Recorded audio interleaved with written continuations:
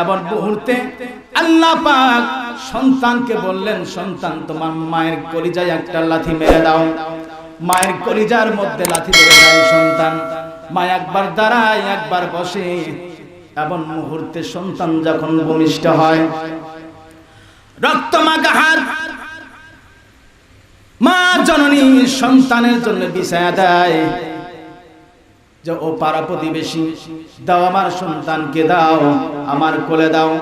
পাড়া প্রতিবেশী বলে যে সন্তান জন্ম দিতে যায় নিজের জীবন শেষ করে দিলে সেই সন্তানকে কেমন করে আবার তুমি আদর করো বুঝতে পারলাম না। মা জননী বলে,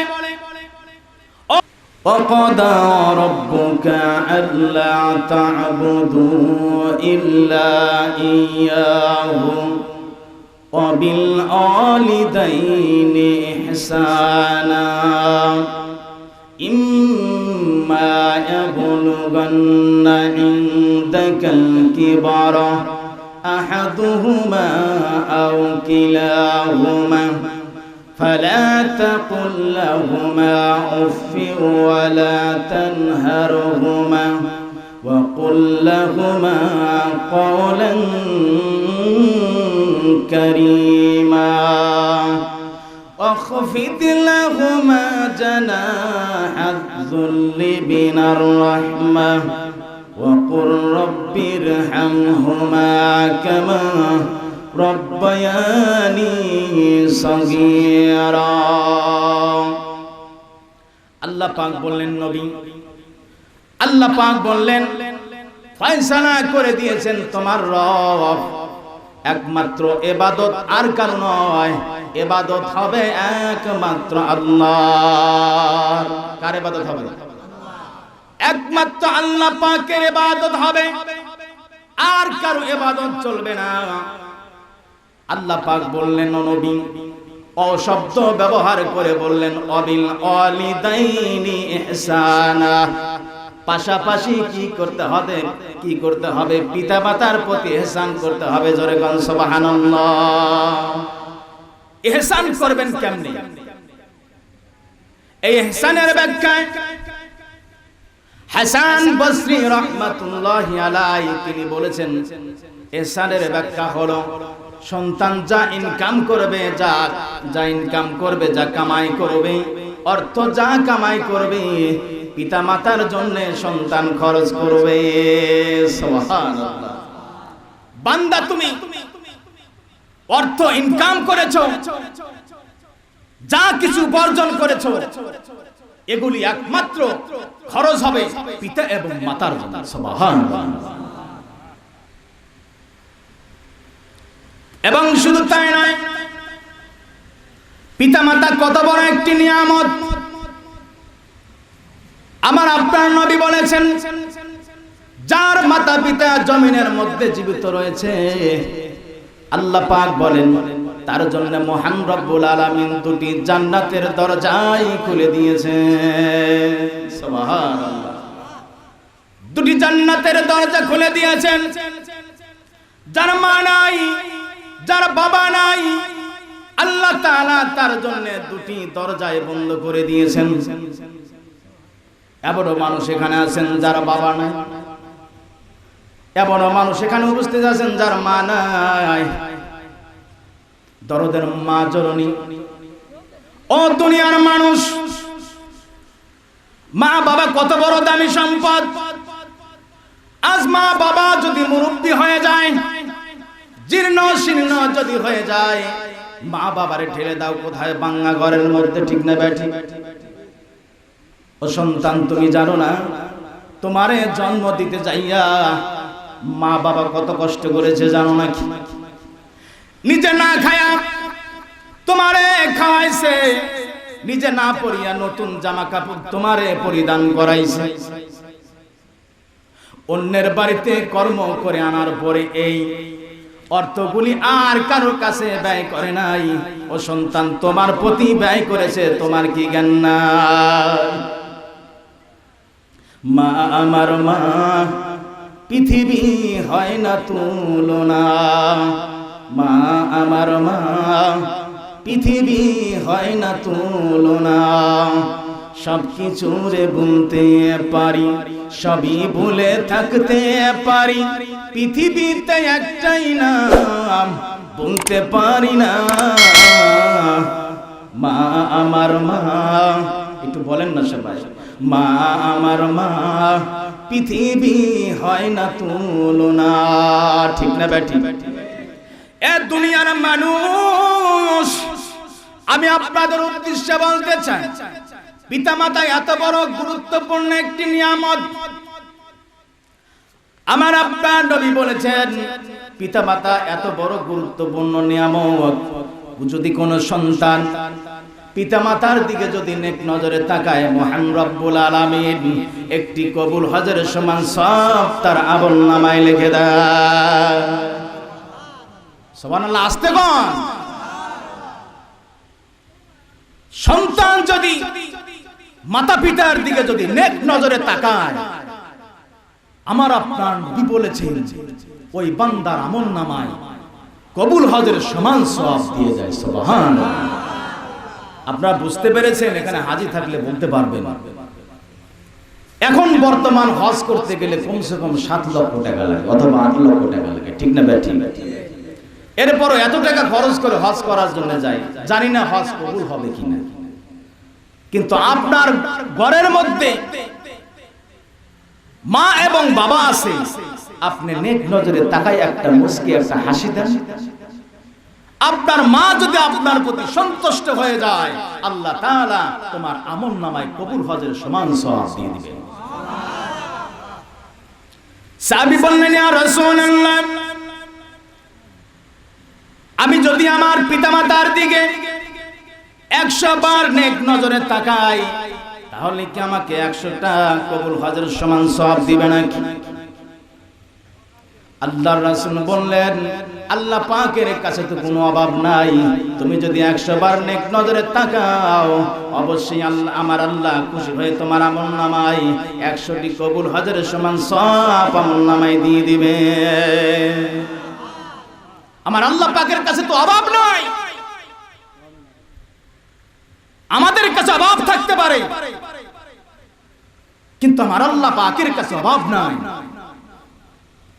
আমার আল্লাহ পাক বলেন, দুনিয়ার মানুষ কতটুকু অর্থ তোমাদের দিয়েছি, এতটুকু ভালোবাসা দিয়েছি বলে আমাকে ভুলে গেছো? আমি 99টি তোমাদের জন্য রেখে দিয়েছি। সুবহানাল্লাহ। একটা দিয়েছি আমার, 100টি আমার রহমত, আমার দরদ, আমার ভালোবাসা একটা নয়, আমার রহমত, আমার ভালোবাসা হলো 100টি, তার মধ্যে একটা জমিনের মধ্যে দিয়েছি, বাকি 99টা রেখে দিয়েছি। সুবহানাল্লাহ। বান্দা তুমি জানো এটা খরচ করব কখন? যখন আমার বান্দা জাহান্নামের দিকে দৌড়ায় চলে যাবে। কিয়ামতের দিন আমার আল্লাহ পাক বলবেন, আব্দুর রহমান যাও, তুমি জাহান্নামে চলে যাও। আব্দুর রহমান আল্লাহ পাকের হুকুম মানার জন্য সঙ্গে সঙ্গে দৌড় শুরু করবে জাহান্নামের দিকে। জাহান্নামের দিকে যখন দৌড় শুরু করবে, আল্লাহ পাক ডাক দিয়া বলবেন, আব্দুর রহমান দাঁড়াও, তোমাকে বললাম সঙ্গে সঙ্গে তুমি দৌড় শুরু করলা কেন? তুমি কি জানো জাহান্নাম ভালো জায়গা না খারাপ জায়গা? আব্দুর রহমান বলবে, হে আমার রব, হে আমার মালিক, আমি জানি জাহান্নাম হলো কষ্টদায়ক জায়গা, অপরাধী যারা আছে তারাই সেখানে থাকবে। বলে, তাহলে তুমি দৌড় দিয়েছো কেন? আব্দুর রহমান বলবে, হে আমার রব, হে আমার মালিক, দুনিয়ার মধ্যে হায়াতের জিন্দেগি পেয়েছিলাম, একদিন নয়, 2 দিন নয়, হায়াতের জিন্দেগি পেয়েছিলাম 50 বছর, 60 বছর, 70 বছর, 80 বছর। আল্লাহ তুমি অগণিত হুকুম তুমি করেছিলে, এই একটা হুকুম ভালো করে মানিনি। এই জমিনের মধ্যে আমার মতো গুনাহগার আর কেউ নাই। সুতরাং কিয়ামতের দিন আপনি আমাকে হুকুম করেছেন, আমি যদি আপনার হুকুমটা আজও যদি না মানি, আমার মতো বেয়াদব বান্দা আর কেউ হতে পারে না।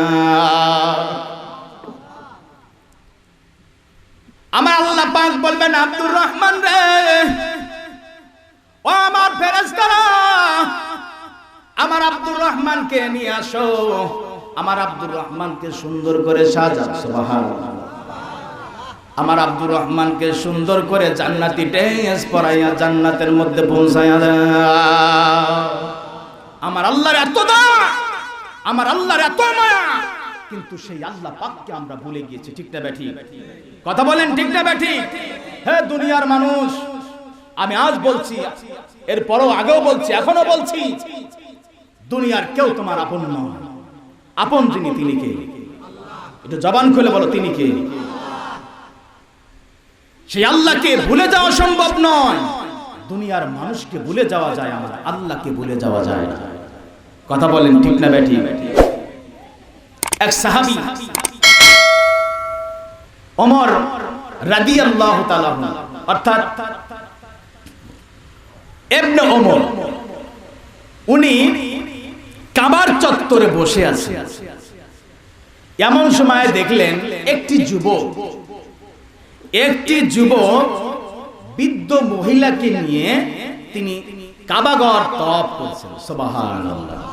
আমার দিকে সবাই তাকাবেন, একটা কথা যেন কেউ যেন ভুলে যেন না যায়। আমি দোয়া করছি, ও যা কথা বলছে লোকমান হাকিম, কার কথা বলছে? লোকমান আলাইহিস সালাম।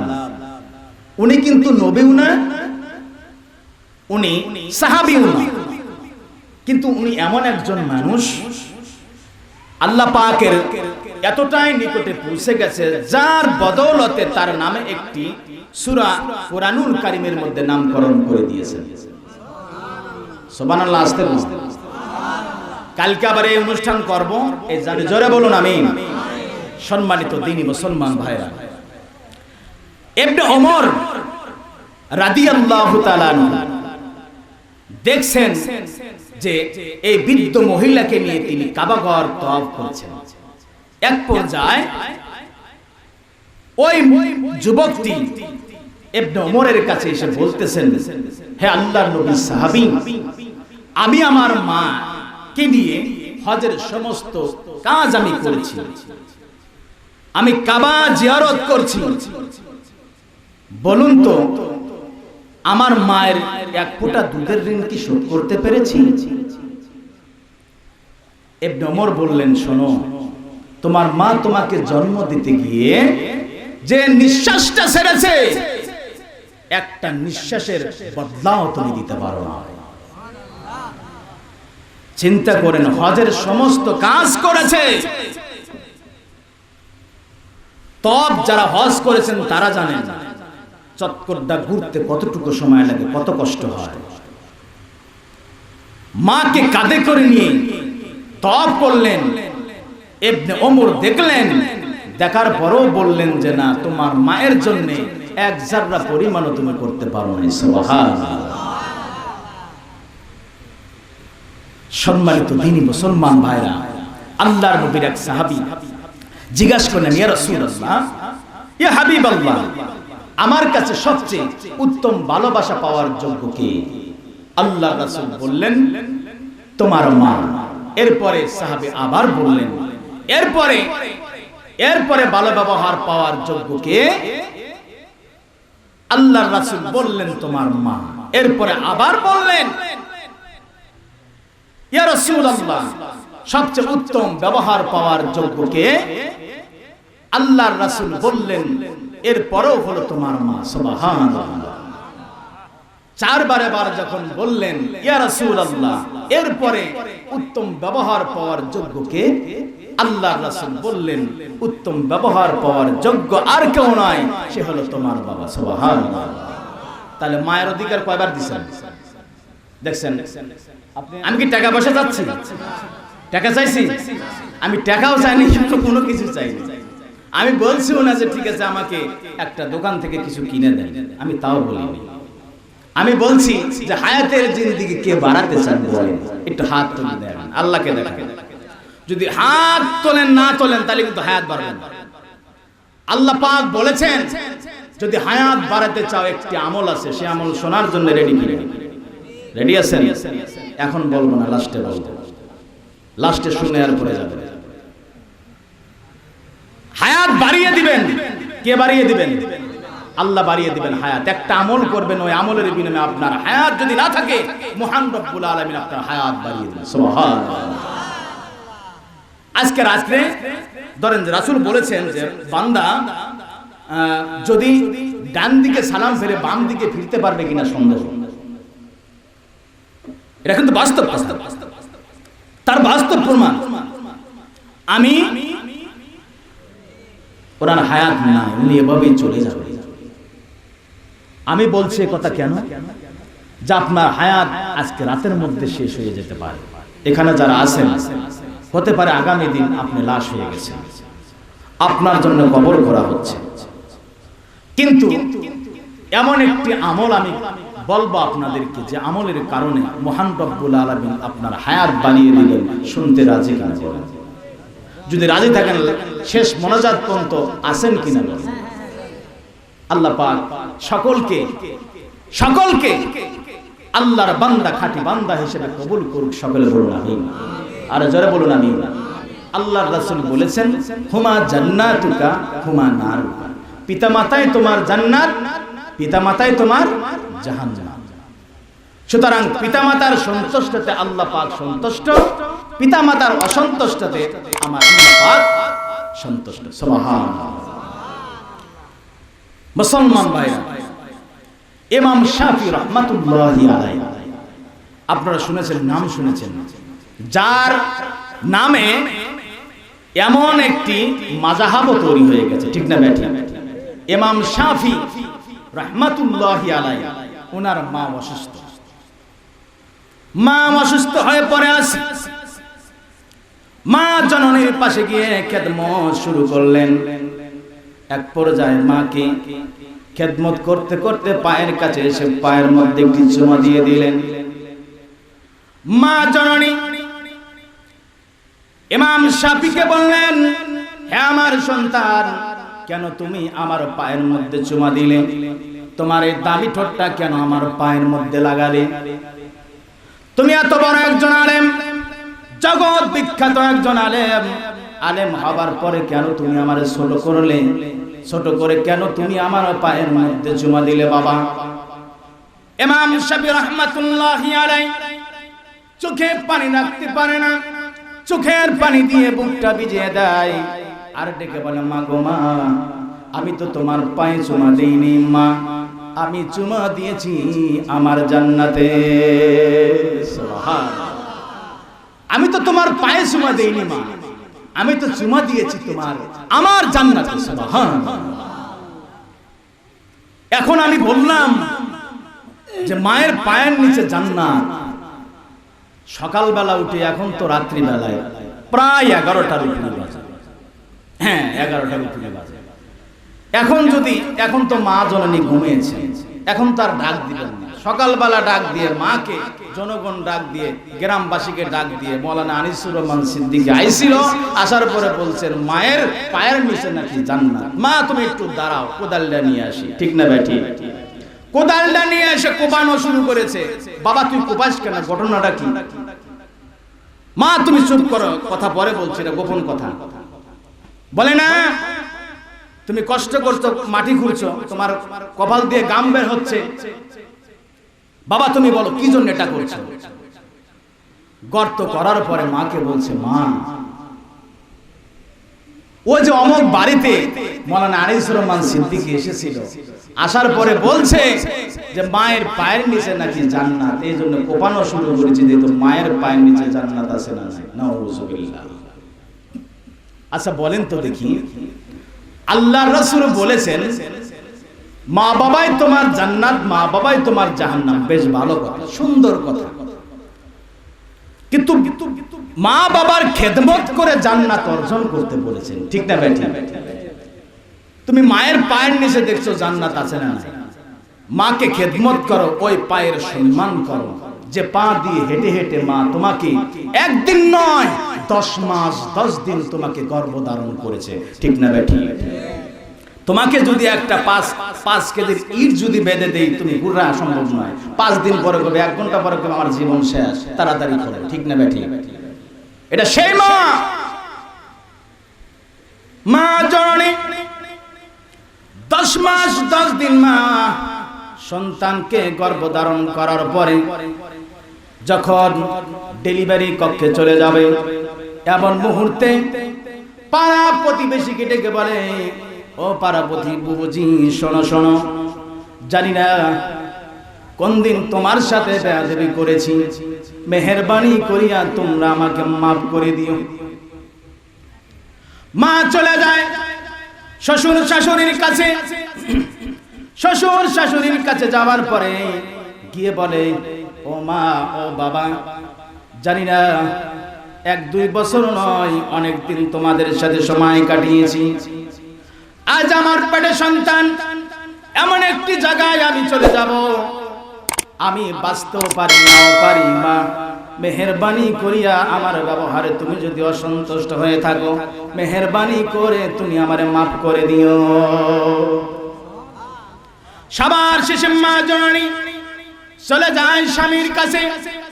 স্বামীর কাছে গিয়ে বলে, পানের স্বামী আমার, এতদিন বড় তোমার সাথে সংসার করেছি, না জানি তোমারে কোথায় আমি আঘাত করেছি, কোন কথা শুনি নাই, তুমি কষ্ট পেয়েছো স্বামী আমার, মেহেরবানি করিয়া তুমি আমারে মাফ করে দিও। মা চলে যায় ডেলিভারি কক্ষে। ডেলিভারি কক্ষে যাওয়ার পরে মা একবার দাঁড়ায়, একবার ওঠ, একবার দাঁড়ায়, একবার বসে। এমন মুহূর্তে আল্লাহ পাক সন্তানকে বললেন, সন্তান তোমার মায়ের কলিজায় একটা লাথি মেরে দাও। মায়ের কলিজার মধ্যে লাথি মেরে দেয় সন্তান। মা একবার দাঁড়ায়, একবার বসে।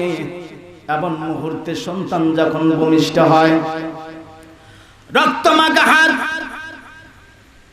মা জননী সন্তানের জন্য বিছায়া দেয় যে, ও পাড়া প্রতিবেশী, দাও আমার সন্তানকে, দাও আমার কোলে দাও। পাড়া প্রতিবেশী বলে যে সন্তান জন্ম দিতে যায় নিজের জীবন শেষ করে দিলে, সেই সন্তানকে কেমন করে আবার তুমি আদর করো বুঝতে পারলাম না। মা জননী বলে, ও পাড়া প্রতিবেশী, ও পাড়া প্রতিবেশী বুঝিরা, আমার সন্তান যখন আমি ডেলিভারি করেছি, ওই একটা চিৎকার যে আমি বেড়েছি, আমি একটা চিৎকারে আমি সমস্ত কষ্ট আমার দূর হয়ে যায়। এটা হলো সেই মা।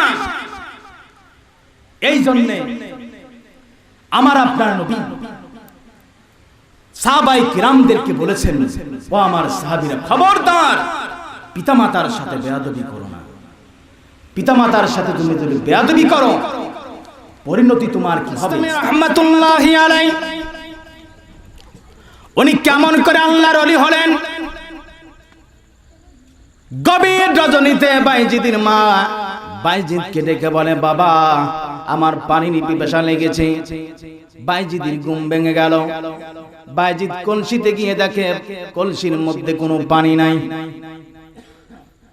পানি না পাওয়ার পরে বাইজিদ চলে গেল বাহিরে। বাহিরে যাবার পরও তিনি পানি পেলেন না। অনেক দূরে চলে গেলেন, জান্নাত থেকে এক পেয়ালা পানি নিয়ে আসলেন। এসে দেখে মা জননী ঘুমিয়ে গেছে।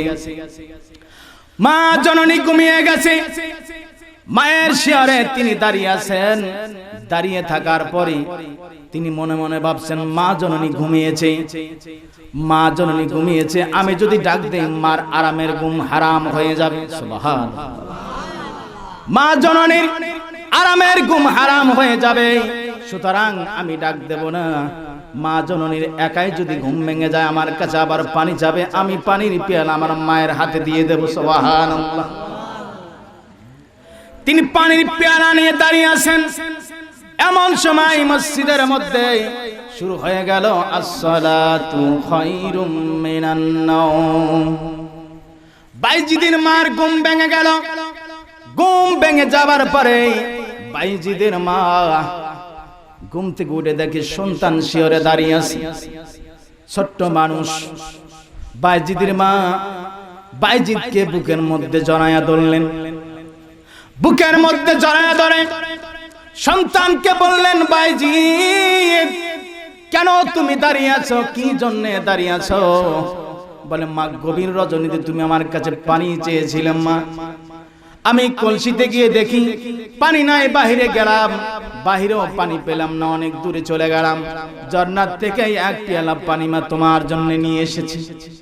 এসে দেখি মা তুমি ঘুমিয়ে পড়েছো, আমি তোমারে ডাক দেইনি। কেন ডাক দেইনি? তুমি আরামে ঘুমিয়েছো, আমি যদি ডাক দেই তোমার আরামের ঘুমটা হারাম হয়ে যাবে।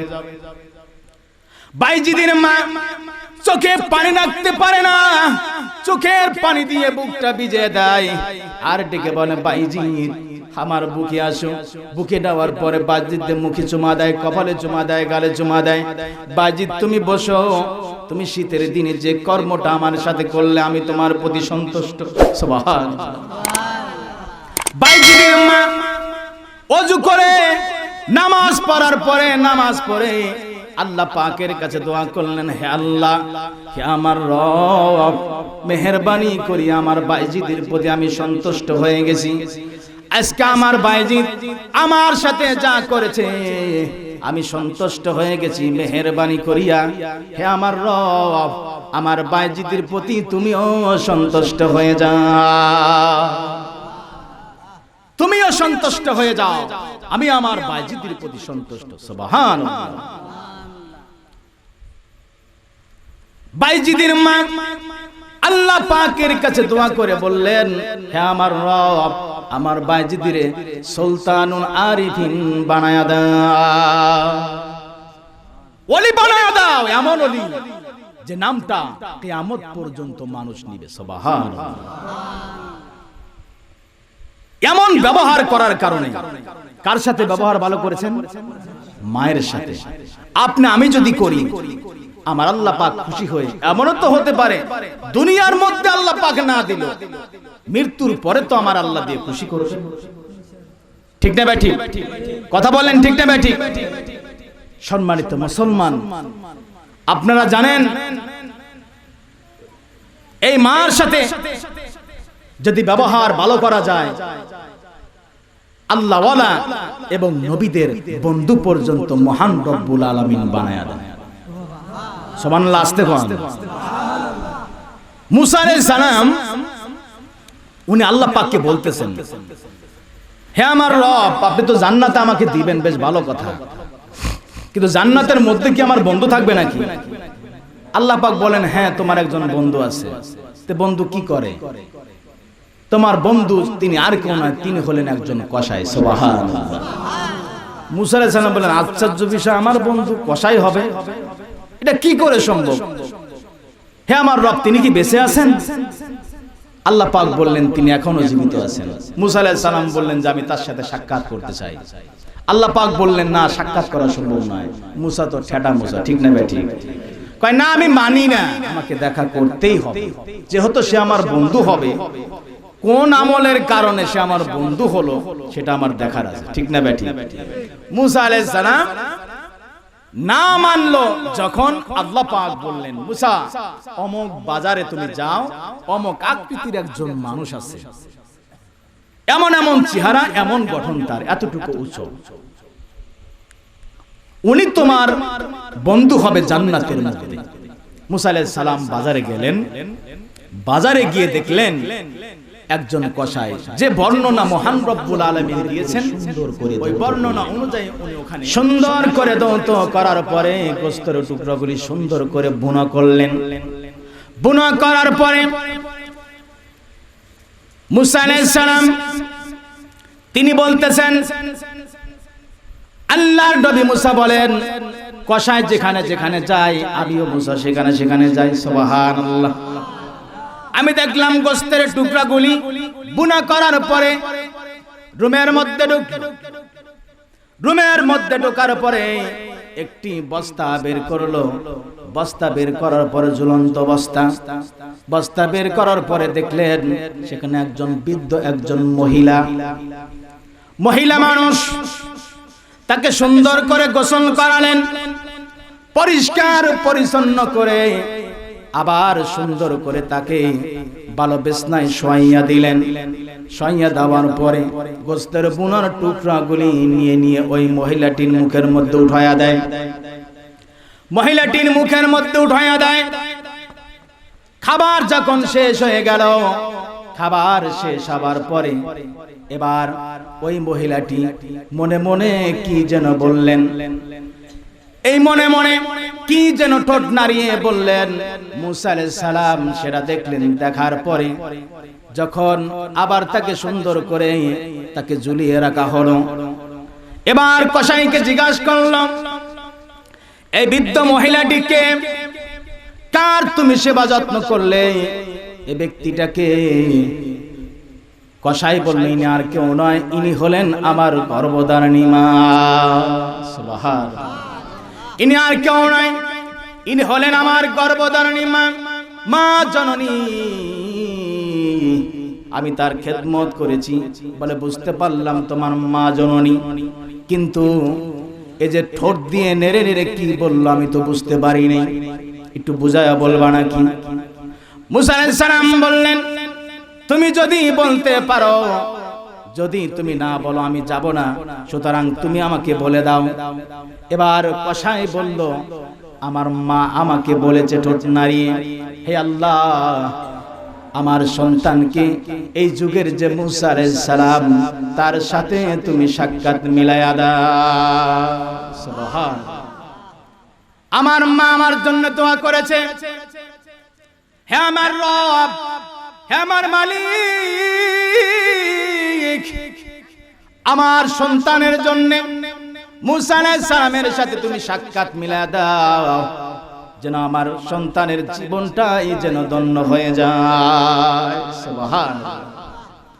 মুসা আলাইহিস সালাম চোখ দিয়ে পানির ফোঁটাগুলি পড়তে শুরু করলো আর ডেকে বলে, কসাইয়ের শোনো, আল্লাহ তাআলা খুশি হয়ে তোমার এই আদরের খুশি হয়ে তোমার মায়ের প্রতি হেসান করেছো, অনুগ্রহ করেছো, দয়া করেছো, মায়া করেছো, যার কারণে মহান রব্বুল আলামিন খুশি হয়ে তোমার সাথে মুসা আলাইহিস সালামের সাক্ষাৎ মহান আল্লাহ মিলিয়ে দিয়েছে। সুবহানাল্লাহ। তোমার মা যার জন্য দোয়া করেছেন আমি তিনি, আমি আর কেউ নয়, আমি মুসা আলাইহিস সালাম। সুবহানাল্লাহ। বলেন তো দেখি সম্মানিত মুসলমান ভাইরা, এই যে মুসা নবীর বন্ধু হলো, মুসা আলাইহিস সালামের সাথে সাক্ষাৎ হলো, সাক্ষাৎ হওয়ার পরে তিনি এত দামি মানুষ হলেন কাকে ভালোবাসার কারণে?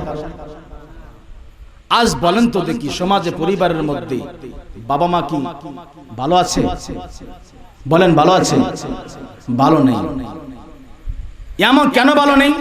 হায় হায় সর্বনাশ, সন্তানকে বিবাহ করাইছে, সন্তানকে বিবাহ করার পরে মা জননী যখন বিবাহ মানে করানোর শেষে কিছুদিন পরে একটু মানে ধীরে ধীরে ব্যবহারটা বুঝতে পারে। এক পর্যায়ে যখন সন্তানকে বলে, বাবা তুমি জানো, সন্তানকে বলছে, বাবা তুমি কি জানো তোমার বউ আমার সাথে অত্যন্ত খারাপ ব্যবহার করে, সুতরাং তোমার বউকে একটু বুঝাইয়া দিও।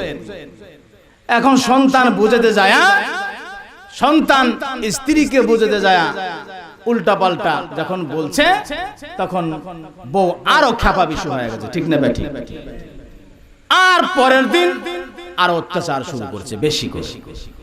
এক পর্যায়ে মাতা পিতাকে পর করে দেওয়ার জন্য যত ধরনের পদক্ষেপ নেওয়ার দরকার সব পদক্ষেপ নিয়েছে, ঠিক না বেঠি? এমন ধরনের বেটার বউ আছে না? আমার মন কায় ঠিক আছে গাজীপুরে আছে, এখানে নাই। এখানে আছে